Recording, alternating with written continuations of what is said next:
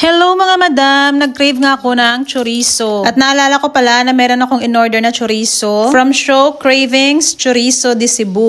Kaya if nag-crave ka ng chorizo, mag-order ka lang dito guys. Ito yung kanilang Facebook page at ilalagay ko din yung kanilang link sa comment section. Paalala lang mga madam, US-based lang to. Kung taga-Pilipinas ka, hindi to siya available. Kasi baka may mag-inquire na taga-Pilipinas. Ay nako, grabe ang mahal siguro ng shipping fee guys. Pagdating siguro sa inyo dyan, bulok na yung chorizo. So dapat kung taga-US ka, dito ka mag-order. Sa atin sa Pilipinas, kahit saan ka lang bumili sa palengke, madaming chorizo. Nakakamiss talaga, no? Yung mga ganitong ulam, itlog, chorizo, fried rice. Mabuti na lang talaga ngayon online na. Mag-order ka na lang, mapabilis. And of course, parisa natin yan ng kape. Ayan ang mga madam, ready na talaga yung aking breakfast. Lunch ko na to at saka breakfast kasi late na akong nagising.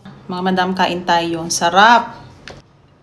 Lord, sa blessing, sanctify this food as I partake. In Jesus' name, amen. Kain tayo nung nakakamay. Okay, try natin. Unang kagat. Ay. Sarap.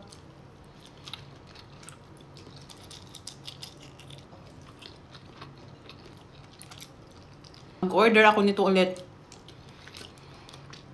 Sa Philippines, huwag kang mag-inquire kasi sa Amerika lang to available yung kanilang chorizo de Cebu.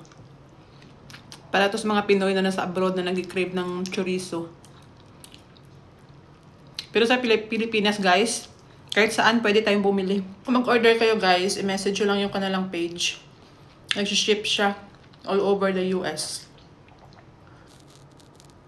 Nung bata pa kami, ito palagi yung ulam, di ba? Pag pupunta ka ng school, ito palagi yung ulam, itlog, chorizo, hotdog, pag sweldo.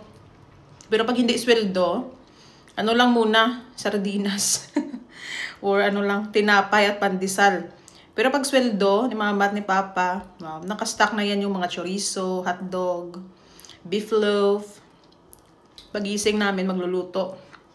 Kasi wala naman kaming nanay at tatay sa bahay. Kaya, kami yung natutong magluto.